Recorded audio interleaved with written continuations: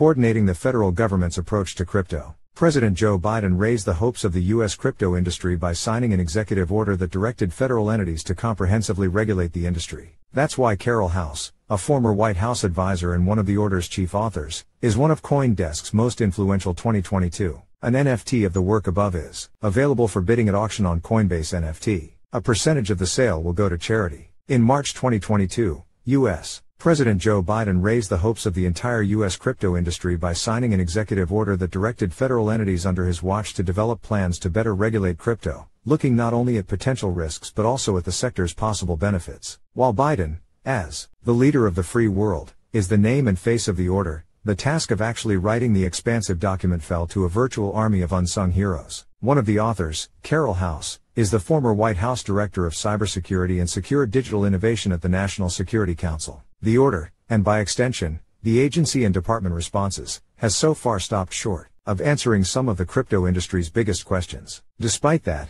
it was widely praised when it was published. Industry lobbyists and other participants, lawyers and policymakers around the world said the order could lead to clear regulatory guidance, noting the call for reports and study rather than new rules. Fears that the order was the first step toward a heavy regulatory crackdown were abated. The executive order has led to the first attempt at creating a unified governmental approach to crypto. Ensuring responsible innovation and evolution of the digital asset ecosystem is essential to our national security, financial stability, economic competitiveness and continued global leadership, a White House official said in March. You all know that cryptocurrencies have seen explosive growth in recent years, reaching $3 trillion in market cap last November. Without oversight, the explosive growth in cryptocurrency use would pose risks to Americans and to the stability of our businesses, our financial system and our national security. House said repeatedly that drafting the document was a team effort, with input from not just herself and fellow White House officials, but also representatives from different agencies and even some non-government participants. It outlined 6 key policy objectives that the president pointed to as key priorities for the administration and the government to be focusing on,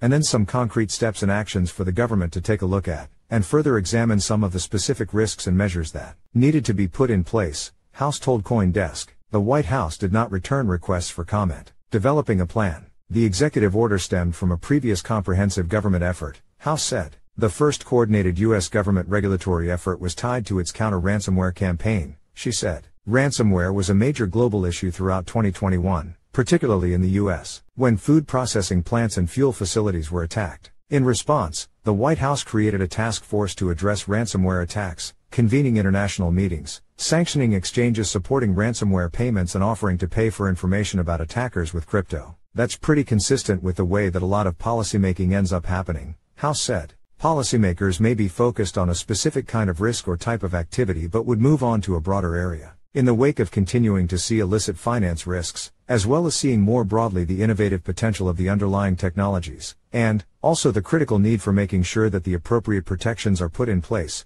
really drove the recognition that there needed to be a whole-of-government approach related to digital assets. The order's authors included officials from the White House, various federal agencies, independent regulators and other members of the National Security Council, she said. Industry representatives, academics and advocacy groups were also consulted to identify the key policy areas and the related objectives. Having this widespread input was important, establishing the policy objectives for the first time ever, from the highest possible levels in government, from President Biden, knowing that this entire interagency effort is his direction, and the industry seeing that signal, has been really influential for agencies to be thinking about what they can do to help to promote that responsible development, whether through a mix of carrots and sticks, those incentives and enforcement measures, because it is a combination of all those things, House said. This culminated in a whole-of-government approach, as the order itself references numerous times, House said. Every agency that was represented in the Interagency Policy Committee that was stood up inside of the executive order would be a stakeholder and was a part of that development process. House, who left public service earlier this summer and is now at a venture capital firm, has been involved with cryptocurrency-related issues for years.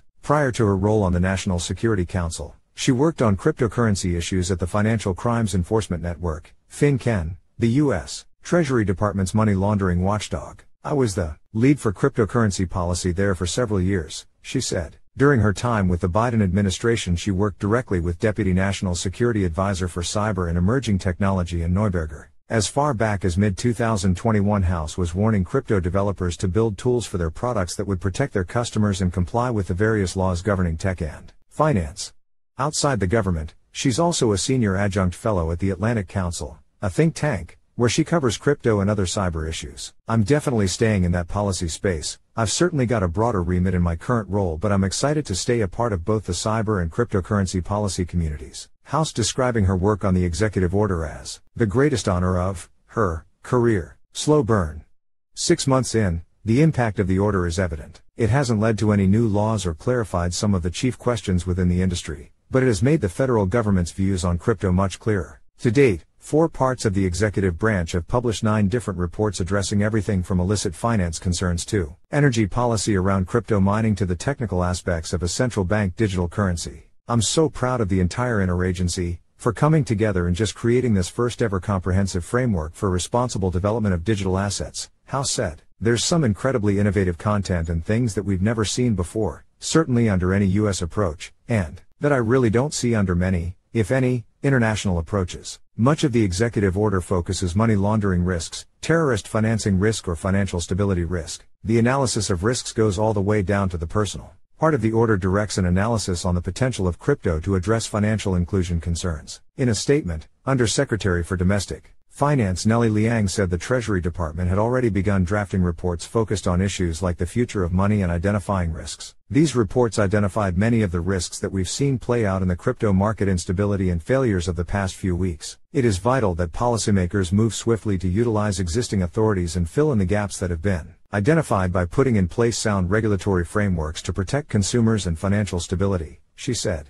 Of course, in December 2022 the industry is in a very different place than it was in March, marked by failures, bankruptcies and millions of dollars worth of crypto likely lost by investors. The successive failures of Terra's UST stablecoin, Three Arrows Capital, Celsius Network, Voyager Digital, BlockFi and FTX, and the broader collapse of the crypto market, which has lost $1 trillion in overall market capitalization since the order was first issued, and over $2 trillion over the past 13 months, touched on multiple issues regulators were already paying attention to, from stablecoins to lenders to exchanges. Regulators are already evaluating whether existing or new laws would prevent the next Terra or Celsius. A lot of this was foreseeable, and it's extremely unfortunate so many people have been hurt in these circumstances, House said. But ultimately, there are the things that some members of the sector don't want to hear, which is that there has to be more effective regulation, in some cases, enforcement in other cases, and just implementation and compliance, in others.